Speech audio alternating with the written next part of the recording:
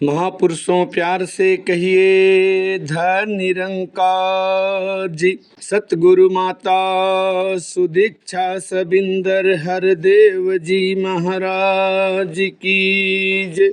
महापुरुषों, अप्रैल के महीने में सतगुरु की कृपा से निरंकारी मिशन का हर एक गुरसिक, हर एक भगत बड़े ही श्रद्धा और विश्वास के साथ मानव एकता दिवस का प्रोग्राम मनाया और जहां उसमें उन तमाम बलिदानी महापुरुषों के जीवन के ऊपर चर्चा हुई जो मिशन और मानवता के खातिर अपने प्राणों की आहुति दिए। वहीं पर समय के सदगुरु बाबा गुरबचन सिंह जी महाराज के जीवन से भी हमने बहुत सारी प्रेरणा, बहुत सारी शिक्षाएं ग्रहण करने का प्रण लिया। इसी तरह से इस मई के महीने में पूरा निरंकारी जगत 13 मई को समर्पण दिवस के रूप में मनाने जा रहा है। और समर्पण दिवस में जो पहला शब्द ही है वो है समर्पण, क्योंकि आध्यात्मिक जगत में, भक्ति के मार्ग में, संसार के किसी भी क्षेत्र में अगर मानवता और इंसानियत के म्यार को अगर ऊंचा रखना है तो वो समर्पण की आवश्यकता होती है। आज निरंकारी मिशन के ज़्यादा से ज़्यादा गुरसिक भगत संत सतगुरु बाबा हरदेव सिंह जी महाराज से परिचित हैं। ज़्यादा से ज़्यादा महापुरुषों, संतों, महात्माओं के जीवन में सीधे तौर पर सतगुरु बाबा हरदेव सिंह जी महाराज की छाप है। सतगुरु बाबा हरदेव सिंह जी महाराज के कृपा से ही हम सभी के जीवन में वो लॉटरी लगी जिसके कदाचित हम हकदार नहीं थे। लॉटरी वो होती है जो मेरे नसीब में ना हो फिर भी मुझे मिल जाए। हम सभी गुरसिक, हम सभी महात्मा इस बात पर जब गहराई से चिंतन करेंगे तो ये बात समझ में आएगी कि जो ये ब्रह्म का ज्ञान, जो ये ब्रह्म की दात सतगुरु बाबा हरदेव सिंह जी महाराज की कृपा से दास के और हर एक गुरसिक महात्मा के जीवन में आई है। दास तो अपनी बात करता है कि कदाचित हम इसके हकदार नहीं थे। मेरी ऐसी कोई लियाकत, ऐसी कोई गुणवत्ता नहीं थी जिस कारण मुझे ये ब्रह्म का दात मिले।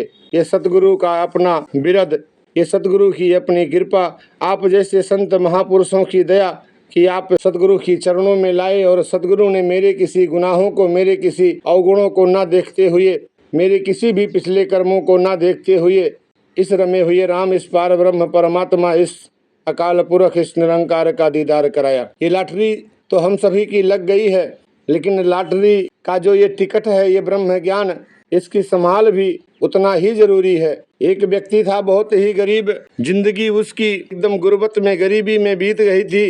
वो रोज जाता मंदिर में, भगवान से प्रार्थना करता कि हे प्रभु, जिंदगी आधी से ज्यादा तो गरीबी में बीत गई है, कुछ दया करो, कृपा करो, अब बची हुई जिंदगी अमीरी में बीते।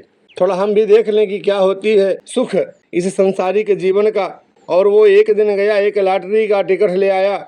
लॉटरी का टिकट लेकर के मंदिर में पहुंचा, भगवान से अरदास की, प्रार्थना की कि हे प्रभु दया करो, कृपा करो कि ये लॉटरी मेरी लग जाए। और ये दीन दयाल परमात्मा उस गरीब व्यक्ति की बात सुन लेता है, उसकी लॉटरी लग जाती है। दूसरे दिन वो जाता है, समाचार पत्र में देखता है, अपने टिकट का मिलान करता है तो सेम नंबर था।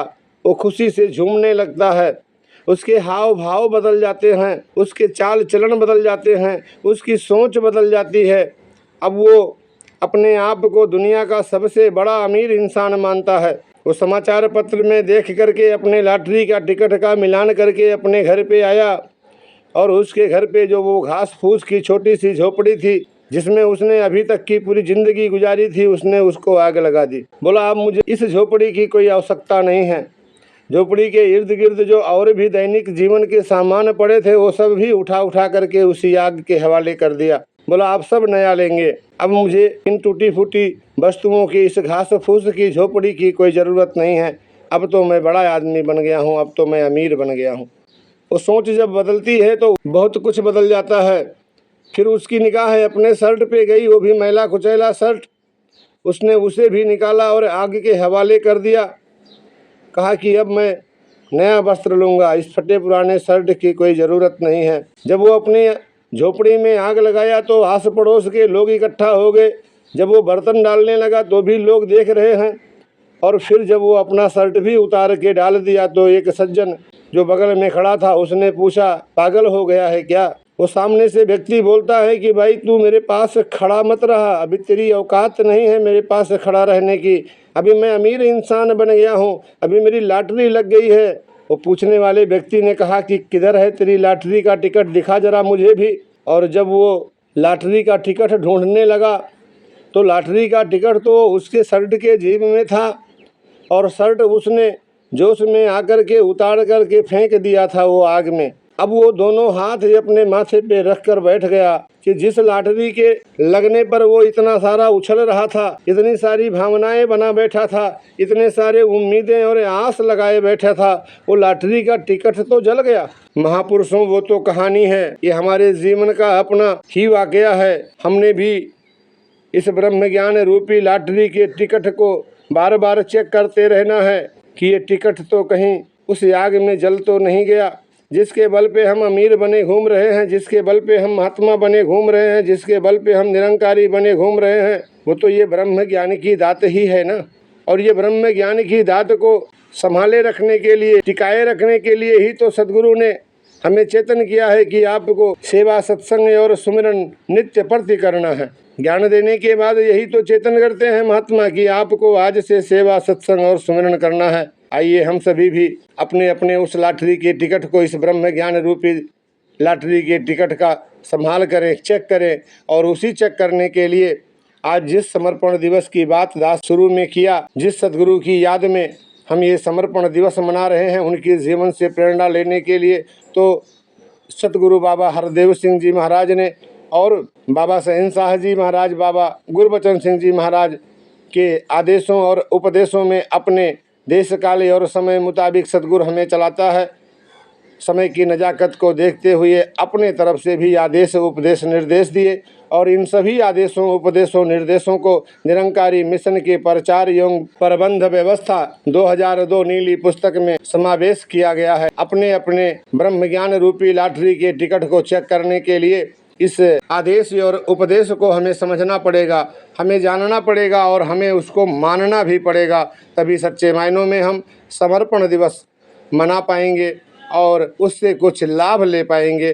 तो इसी याचना कामना के साथ पीछे वाले वीडियो में भी सतगुरु बाबा हरदेव सिंह जी महाराज के उस जनरल बॉडी मीटिंग के समापन सत्र में जो उन्होंने पावन प्रवचन रखे थे, आदेश, उपदेश, निर्देश रखे थे, उसे जहाँ से छूटा है वहीं से फिर आगे।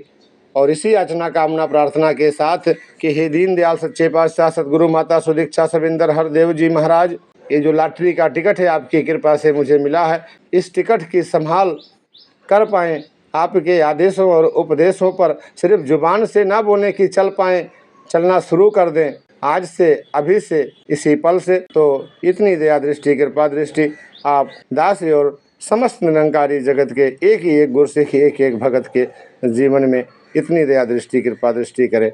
आइए एक बार पुनः सतगुरु बाबा हरदेव सिंह जी महाराज के आदेश, उपदेश और निर्देश के ऊपर अपने ध्यान को टिकाते हुए इसे अपने जीवन में अमली जामा पहनाने का प्रयत्न करें, जान लें और जानने के बाद फिर मान लें। कई बार यह भी दास को देखने सुनने का मौका मिलता है कि जब ऐसा सज्जन महापुरुष दाखिल हो रहा होता है तो अगर गीत चल रहा है या विचार चल रही है तो उसको वहीं रोककर जयकारे लगने शुरू हो जाते हैं, नारे लगने शुरू हो जाते हैं। इस प्रकार सबका ध्यान कहीं और लग जाता है।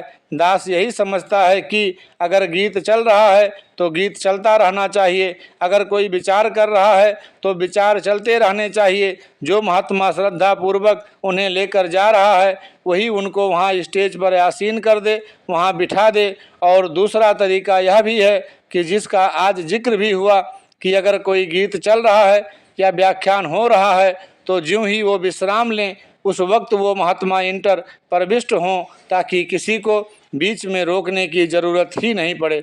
जो स्टेज सेक्रेटरी, मंच संचालक हैं वही उनके बारे में अनाउंसमेंट, घोषणा कर देता है। दास भी ऐसी ही कोशिश करता है। कई बार आप देखते हैं कि समागम पर या सत्संग पर हम पहुंचते हैं तो बैठने से पहले दास पहले कहीं स्टेज के पीछे जाता है कुछ देर के लिए। तो दास ने भी जब स्टेज पर आना होता है कोशिश यही करता है कि जो महात्मा गीत बोल रहा है उसका गीत मुकम्मल हो जाए तब दास स्टेज की तरफ बढ़े। इस प्रकार ये छोटी छोटी बातें हैं, उनकी तरफ अवश्य हमने ध्यान देना है। अन्य कई बातों पर भी जो राय आई है उस पर कल भी हर महकमे की चर्चा के बाद दास ने उसके ऊपर भी कुछ रोशनी डाली है। अभी भी आपके सामने कुछ ऐसे भाव रखे हैं तो दास मोटे तौर पर यही कहना चाहता है कि आप महापुरुष, संत जन, भक्त जन यही भाव अपने मनों में रखें कि वाकई हमने संभल कर रहना है। हमें कोई ओहदे या पदवियां नहीं दी गई हैं, हम कहीं के कोई चौधरी नहीं बन गए हैं, हम वाकई भक्त ही हैं, हमने भक्त बनकर ही रहना है। बार बार इसी बात को लेकर नहीं रहना कि हम कुछ हो गए हैं। गुरु के बारे में प्रायः कहते हैं कि गुरु मत्थे पांदा वट नहीं।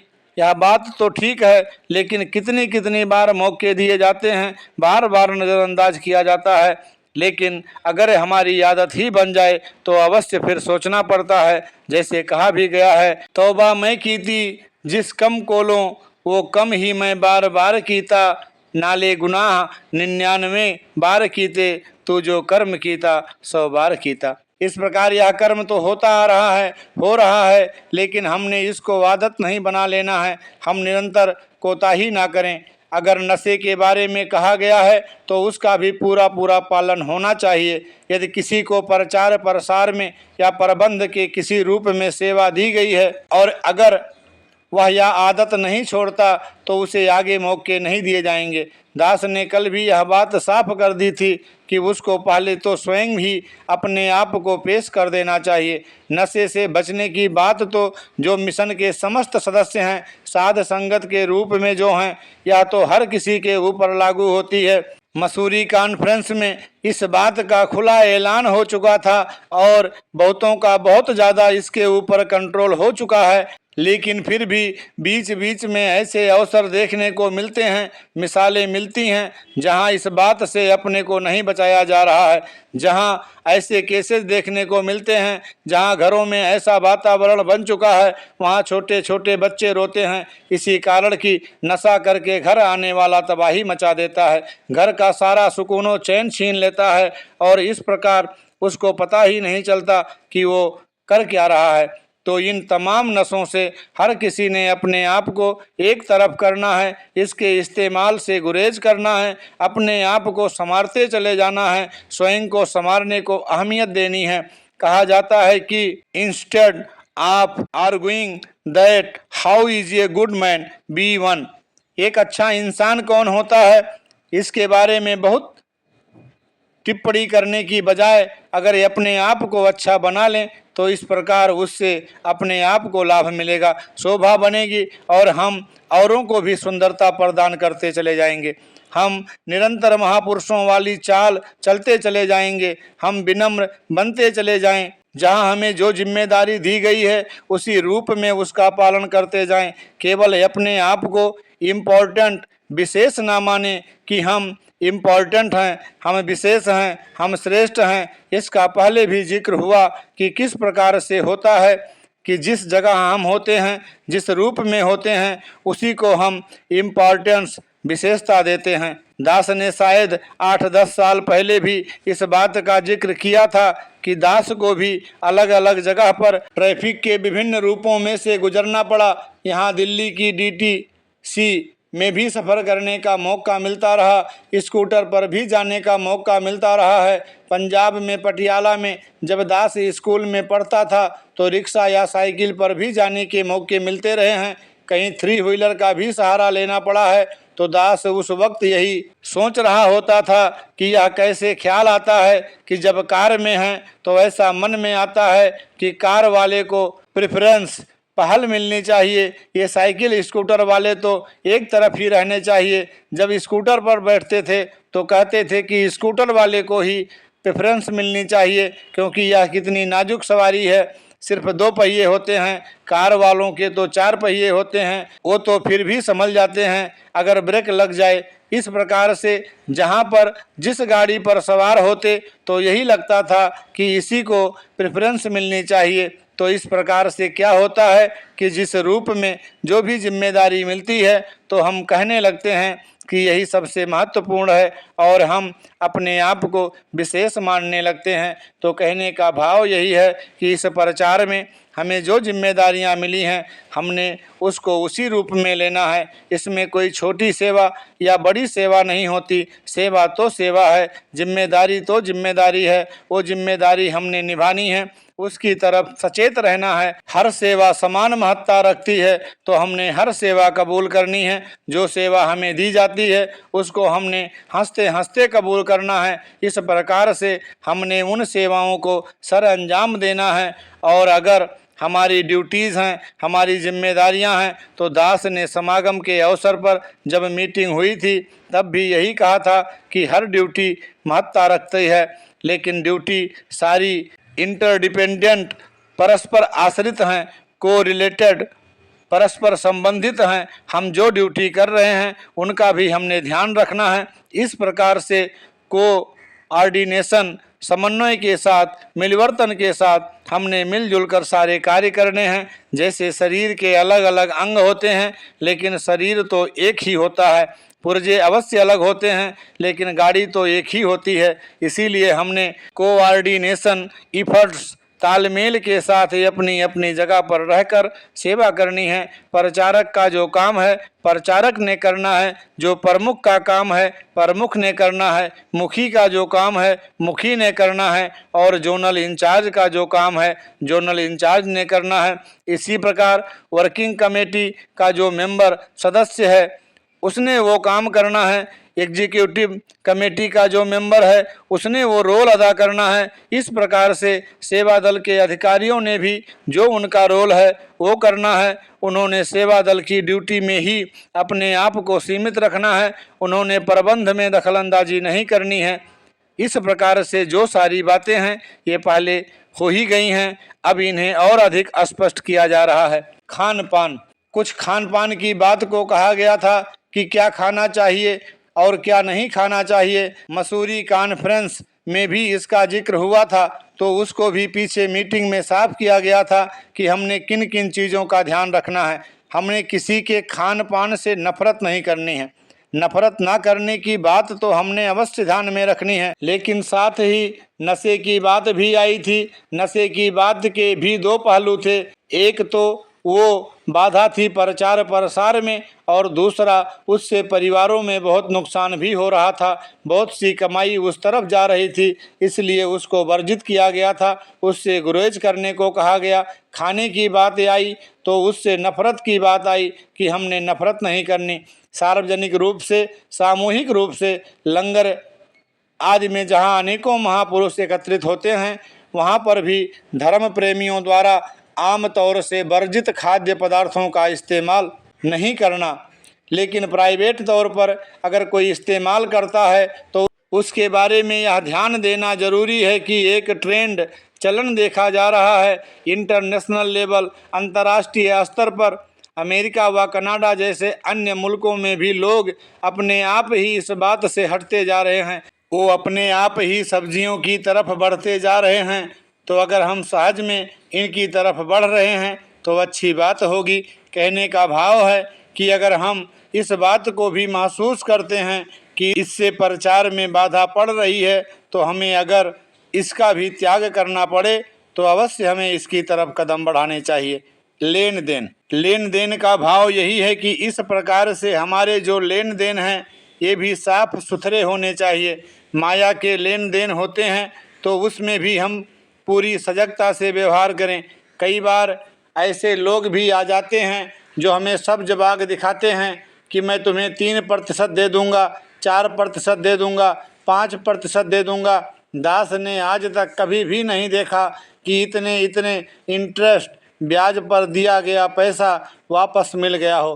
पहले तो बड़े खुश हुए, नाचने गाने लगे कि प्रॉपर्टी संपत्ति बन गई, लेकिन बाद में वो सारे का सारा पैसा डूब जाता है, क्योंकि किसी के पास पेड़ों पर पैसे नहीं लगे हैं। हम जानते भी होते हैं कि बड़े बड़े कारपोरेशंस, निकाय, बड़े बड़े बिजनेस, व्यवसाय इतना इंटरेस्ट ब्याज नहीं दे सकते, लेकिन उस वक्त तो हमने ऐसा भाव होता है कि रातों रात हमारे पास बहुत कुछ आ जाए, लेकिन हम यह ख्याल नहीं करते कि क्या वाकई ऐसा मुमकिन है।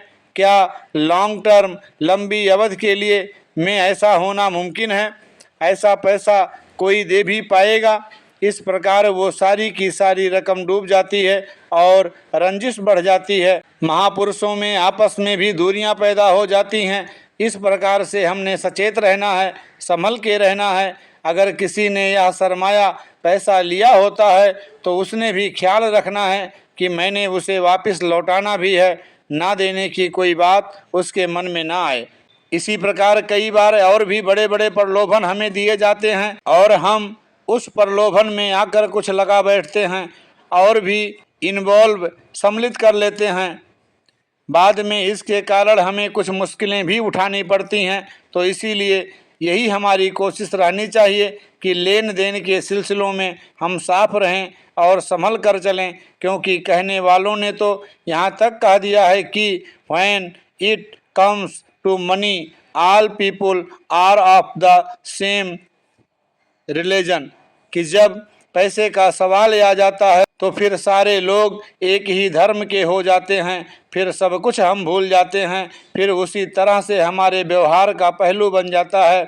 इसलिए हमें अवश्य सचेत रहें कि इस सिलसिले में हम अमानत में खयानत ना करें और हमारी नीयत जो है वो साफ सुथरी बनी रहे। और इस प्रकार हमने महापुरुषों से मिलवर्तन रखना है, महापुरुषों के साथ विचरण करना है और उसमें हमने कोई धोखेबाजी नहीं करनी है, कोई छल नहीं करना है।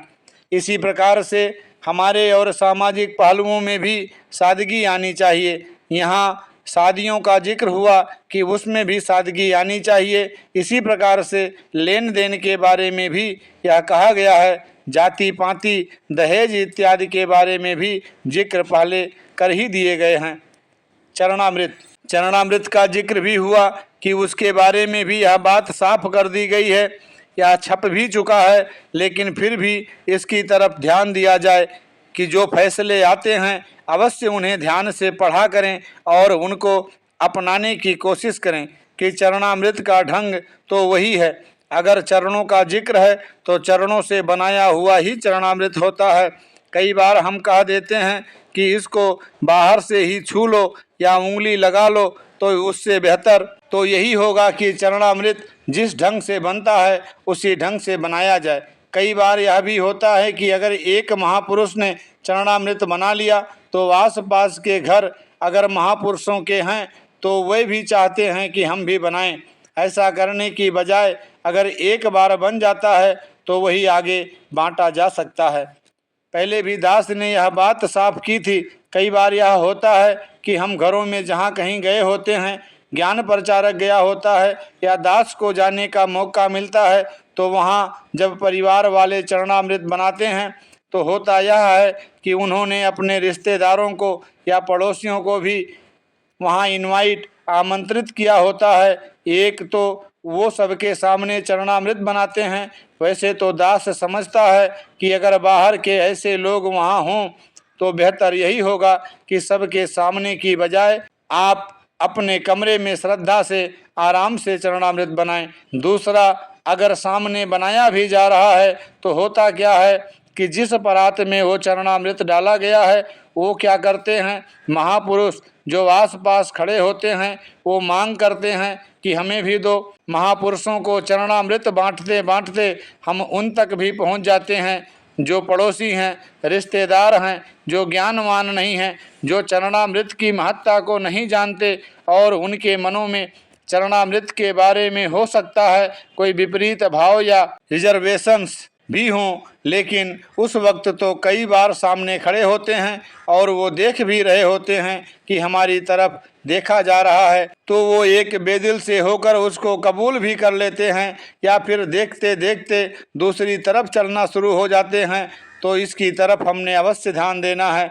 जैसे हम ज्ञान के बारे में भी कहते हैं, क्योंकि ज्ञान का जो इच्छुक होता है उसी को ज्ञान देना है। इसी प्रकार चरणामृत के बारे में भी हमने ध्यान देना है, उसको संभल कर इस्तेमाल करना है। इसके विषय में और एक जिक्र आया था कि चलती हुई संगत में स्टेज के ऊपर भी हमने चरणामृत नहीं बनाना है।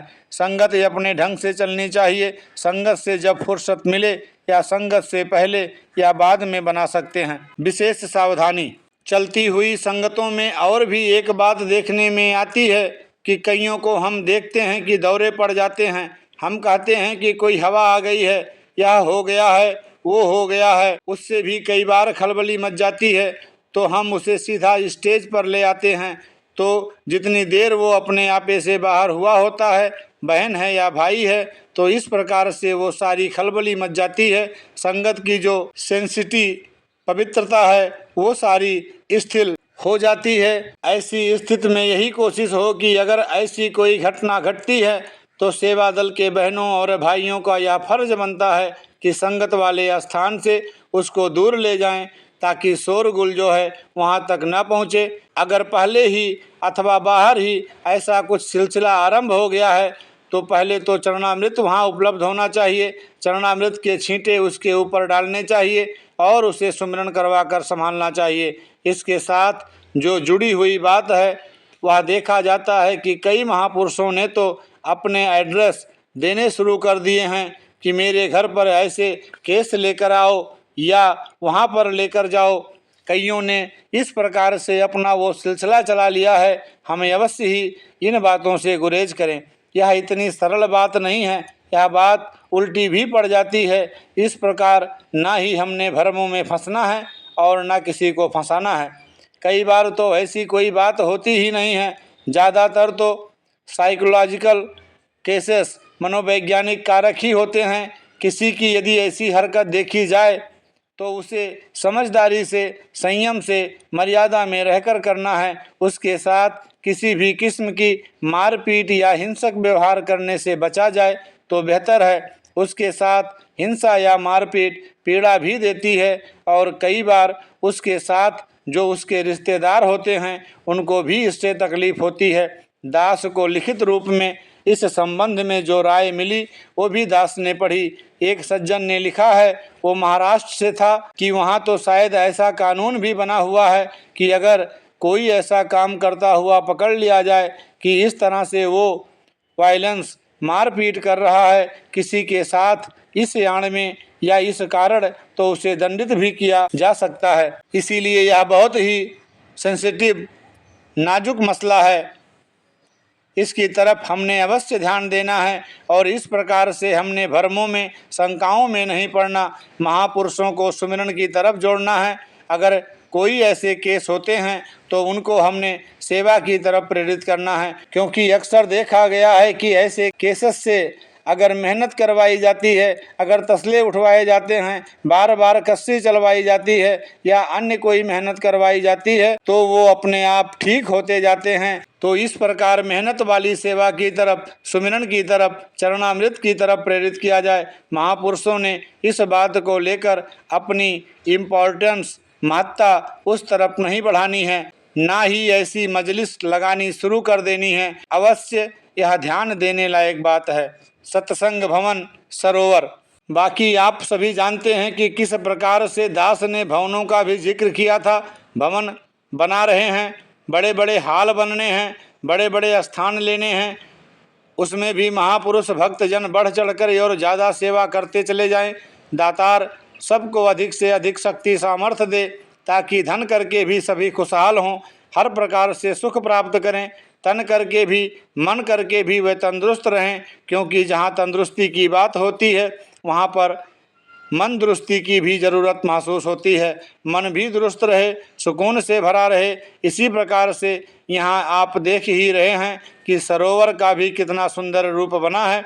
हर महापुरुष संतजन इससे आनंद लेता है और इस कारण इसकी चर्चा नेशनल, राष्ट्रीय क्या इंटरनेशनल लेवल, अंतर्राष्ट्रीय स्तर पर भी हो रही है। इस प्रकार से यहाँ भी खूब मेहनत हो रही है और इसको सुंदर रूप प्राप्त हो रहा है कि मिशन की कम से कम एक चीज़ तो ऐसी होनी चाहिए जो इस प्रकार से सबके सामने आनी चाहिए। इसका वातावरण सुंदर बने और यह एक रमणीक स्थान बने, उसकी भी आप महापुरुष डेवलपमेंट, उन्नति देख रहे हैं। उसमें भी काफ़ी माया लग रही है।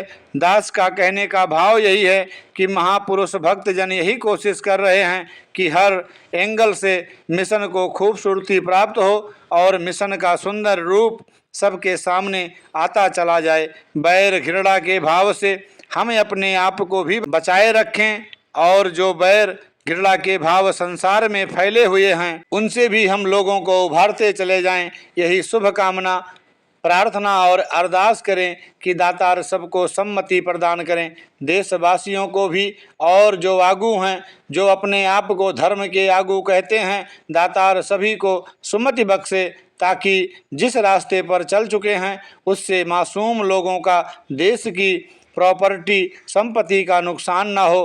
पहले ही देश पिछड़ा हुआ है, देश उभरे, समर्थ हो, तरक्की करे। दातार सबको सामर्थ्यता दे, सबको ऐसी सुमति दे ताकि सभी इसी रास्ते पर चलें, सारी मानवता के रूप में सही मानव बनकर इस जीवन की यात्रा को तय करें।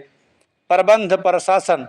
अंत में दास बात कहने जा रहा है कि दास की वैसे तो कोई लियाकत और सामर्थ्य नहीं कि कोई बहुत ही अच्छी रूपरेखा एडमिन प्रबंध के रूप में दे पाए। दास तो यही सोचता है कि महापुरुष संत जन सुंदर राय दे देते हैं, महापुरुष व्यवस्थाएं बनाते चले जाते हैं और उनमें कुछ कामयाबियां मिलती चली जाती हैं। तो इस प्रकार से और इससे पहले जो एक नींव डाली गई है, जो बाबा अवतार सिंह जी ने, बाबा गुरबचन सिंह जी ने व्यवस्थाओं के रूप में भी जो नींव डाली है, दास कई बार सोचता है कि इस रूप में अगर दास के ऊपर यह होता कि कुछ व्यवस्था ऐसी बनाई जाए तो दास राई मात्र भी शायद ना कर पाता। या तो पहले ही नींवें पड़ी हुई हैं, पहले ही ऐसे सिलसिले बन गए हैं, तो विरासत में एक एडमिनिस्ट्रेटिव प्रशासनिक रूप भी प्राप्त हुआ है, तो इसके तहत ये सारे कार्य हो रहे हैं। एडमिनिस्ट्रेशन प्रशासन के तौर पर दास ने जो जिक्र किए हैं, जो प्रणाली बनी हुई है, जिसका आज भी जिक्र हुआ है कि एक तो आप ये जो जनरल बॉडी के हैं, ये मेंबर्स सदस्य कौन कौन होते हैं वो सब जानते हैं और इसके कारण ही आप यहाँ उपस्थित हुए हैं। तो इसी के साथ साथ जनरल बॉडी के बीच में से ही वर्किंग कमेटी, कार्यकारी समिति के मेंबर भी चुने जाते हैं। यह वर्किंग कमेटी का रूप बाबा गुरबचन सिंह जी ने 1979 में बनाया था। हालात के कारण और मिशन को गति देने के लिए उस वक्त 51 मेंबर्स की कमेटी जो बनी थी, तो आज भी 51 मेंबर्स की कमेटी ही इसका रूप है, जो मिनिमम न्यूनतम कहा गया है कि 51 मेंबर्स कमेटी होगी, इससे अधिक तो हो सकते हैं।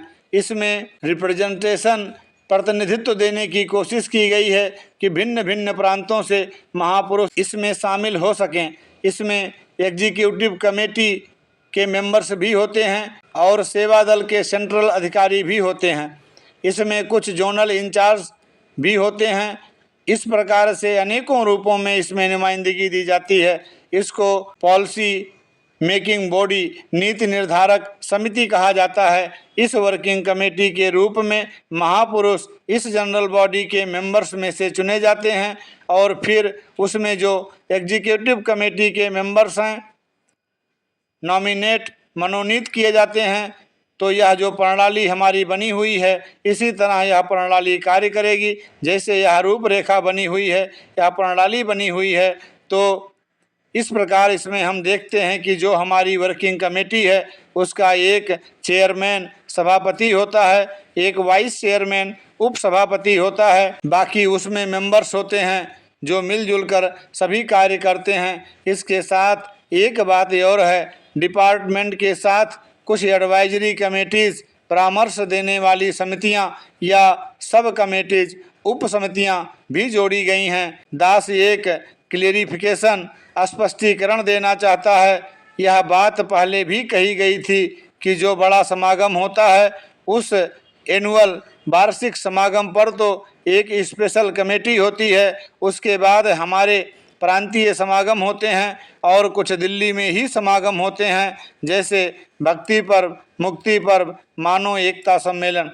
ये दिल्ली में ही हमारे मेन समागम मनाए जाते हैं और इसके अलावा प्रांतीय स्तर पर, जोनल स्तर पर जो समागम होते हैं वे भी समागमों की कैटेगरी श्रेणी में आते हैं। लेकिन अब इसके बारे में यह बात ध्यान में आई है, पहले भी इस बात पर फैसला तो लिया गया था, कहा भी गया था, लेकिन उसको अभी हम पूरी तरह से लागू नहीं कर पाए थे और पीछे भी कुछ समय पहले एग्जीक्यूटिव बॉडी के मेंबर्स की मीटिंग में भी इसका जिक्र हुआ था कि जो भी रीजनल क्षेत्रीय समागम होते हैं उसमें सारे का सारा कंट्रोल सेंटर से ही हो रहा है। अब यही ध्यान आया है कि जो रीजनल समागम होंगे, क्षेत्रीय समागम होंगे, वे रीजन्स उन क्षेत्रों को ही सौंपे जाएंगे, वो ही वहाँ सारा कुछ मैनेज प्रबंध करेंगे। हाँ, इसमें अगर केंद्र से कुछ ज़रूरत पड़े, समागम विभाग जिसके पास है या केंद्रीय सेवा दल का जहाँ रोल भूमिका है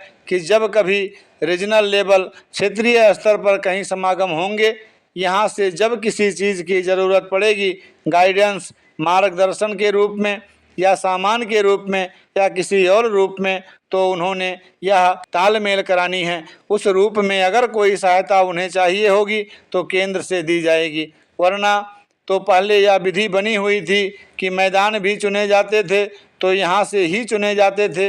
अगर कोई नक्शे बनने हैं तो ऐसे सारे कार्य भी यहीं से जाकर हुआ करते थे। जो ऐसे समागम हुए हैं उनकी न्यारी ही शोभा थी और बहुत सुंदर व्यवस्था थी। यह कार्य इसको और ज़्यादा विकेंद्रीकरण करने के भाव से हो रहा है ताकि वहाँ और ज़्यादा उत्साह लिए जाएं और क्षेत्रीय संचालक और ज़्यादा प्रशिक्षित हों, हमारे जोनल इंचार्ज और ज़्यादा ट्रेंड हों। इसके बारे में और जो कार्यविधि दास कहना चाहता है कि एक प्रांत में समागम है तो उसमें तो कई और भी जोनल इंचार्ज होंगे, तो फिर उनमें यह सवाल खड़ा हो सकता है कि इतने जोनल इंचार्ज हैं तो फिर उनमें से समागम का इंचार्ज कौन होगा। मोटे तौर पर तो यही बात रहेगी कि जिस शहर को चुना जाएगा वह शहर जिस जोन के अंतर्गत पड़ता है उस एरिया का जो जोनल इंचार्ज होगा वही उस समागम का भी इंचार्ज होगा। बाकी जोनल इंचार्जेज जो होंगे वे उसे सहयोग देंगे, क्योंकि समागम उस शहर में होता है लेकिन वह उस प्रांत का होता है, उस इलाके का होता है। उसमें धन रूपी सेवाएं भी पूरे प्रांत वालों ने करनी होती है। यह नहीं है कि शहर वालों ने ही अर्पित करनी होती है। इसलिए बाकी जोनल इंचार्जों का भी रोल प्रेरणा के रूप में और प्रेरित करने के रूप में होगा। समागम का एडमिनिस्ट्रेशन करना है। इस प्रकार एक कमेटी का रूप अपने आप में बन जाएगा। साथ में स्थानीय और भी जो महापुरुष सूझबूझ रखने वाले जिम्मेवार जानकार हैं उनको भी कमेटी के रूप में जोड़ दिया जाएगा। जैसे अभी कुछ जगहों पर हो भी रहा है, वहाँ भी समागम कमेटी बनाई जाती है। इस रूप में समागम की इतनी सी क्लियरिफिकेशन स्पष्टीकरण थी। बाकी दिल्ली में जैसे समागम पहले ही हो रहे हैं, मानो एकता इत्यादि, वो इसी तरह से होंगे। बाकी जो सुझाव आए उनका दास ने जिक्र किया। कुछ के निर्णय फैसले दे दिए गए हैं और कुछ लिखित रूप में आए थे, उन पर भी गौर किया गया है और आगे गौर करने लायक भी कुछ हो सकता है। अभी यहाँ 2 दिन की मीटिंग के दौरान भी महापुरुषों ने चिटें भेजी हैं। कुछ तो चड्ढा साहब ने पढ़कर सुना दी, लेकिन अभी काफ़ी होंगी जो महकमे वालों को दे दी होंगी, उन पर भी दास गौर करेगा। इनको पूरी तरह से देखकर जब तसल्ली हो जाएगी तो एक पुस्तिका रूप में आप सब तक पहुंच जाएगी, तो फिर उसका पालन करना हर किसी का कर्तव्य होगा। दास यही अरदास करेगा कि आप सभी को शक्ति, आप सभी को सामर्थ्य दातार प्रदान करे। आप इसी रूप में अपनी सेवाओं को करते चले जाएं। और एक बात जो दास ने पहले भी कही थी कि जोनल इंचार्जों के इतने बड़े कार्य हैं, इनकी निगरानी उन्होंने करनी है, वे अकेले नहीं कर पाएंगे, तो उनको भी एक ऐसी टीम दी जाएगी जो एक कमेटी के रूप में उनका हाथ बटाएगी और इस तरह से अच्छे ढंग से सारी ब्रांचों की निगरानी हो सकेगी। जहां प्रमुख मुखी हैं उनका भी जिक्र हुआ है कि उनको भी ऐसी कमेटी दी जाए। जो पहले भी कुछ ऐसी कमेटियां कुछ स्थानों पर बनानी पड़ी जहां वातावरण दूषित हुआ, ऐसे स्थानों पर एक अकेले की बजाय कुछ कमेटियां बनाई गईं। तो अभी कुछ ऐसी रूपरेखा बनाई जा रही है कि मुखियों के साथ पहले ही कुछ ऐसे मेंबर्स दे दिए जाएंगे ताकि मिलजुल कर अपना ये कार्य करें। मुखी तो उसमें अपना एक रोल निभाएंगे ही। कुछ तो पहले एक्सरसाइज की जा चुकी है और कुछ आगे इसके ऊपर एक्सरसाइज की जाएगी। इसको ध्यान में रखकर कि किस प्रकार की टीम दी जाएगी, किस प्रकार के सहयोगी दिए जाएंगे और इस प्रकार से ये सारे ही कार्य अच्छे ढंग से हो पाएँ, इसीलिए ये व्यवस्थाएं बन रही हैं और इनको इसी रूप में लेकर आप महापुरुष अपना योगदान देते चले जाएं। एक कार्यकाल की बात इसमें रह गई थी। पहले जो कहा गया था कि जो जोनल इंचार्ज और मुखियों के टर्म्स हैं वे 5 वर्ष, केंद्र की हमारी वर्किंग कमेटी या फिर एग्जीक्यूटिव बॉडी हैं उनकी इनकी टर्म्स ऑफ मेंबर सदस्यों का कार्यकाल 2 साल की बताई गई थी। अब यही ध्यान आया कि चाहे वह एग्जीक्यूटिव बॉडी हों या वर्किंग कमेटी या प्रमुख या जोनल इंचार्ज हों, सबकी टर्म्स 3 साल की ही कर दी जाएगी। यूनिफॉर्म लेवल एक समान स्तर है कि सबकी टर्म्स 3 साल की ही हुआ करेगी। इस प्रकार से एक टर्म्स के विषय में भी बात आपके समक्ष रख दी गई है। तो दास यही अरदास करेगा कि दातार कृपा करे कि सभी अच्छे से अच्छे ढंग से अपने कार्य करते रहें। जैसे अंग्रेजी में कहावत है, लीव ये थिंग ये bit more better than you found it. कहते हैं कि जब जाओ तो उससे बेहतर करके जाओ जिस स्थिति में आपको प्राप्त हुई थी।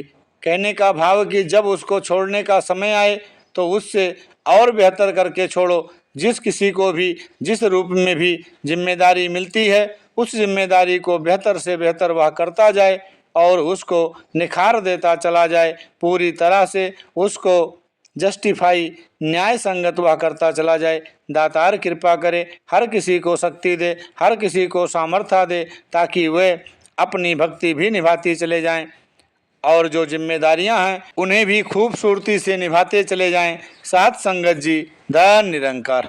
सतगुरु माता सुदीक्षा सविंदर हरदेव जी महाराज की जय। महापुरुषों प्यार से कहिए धन निरंकार जी।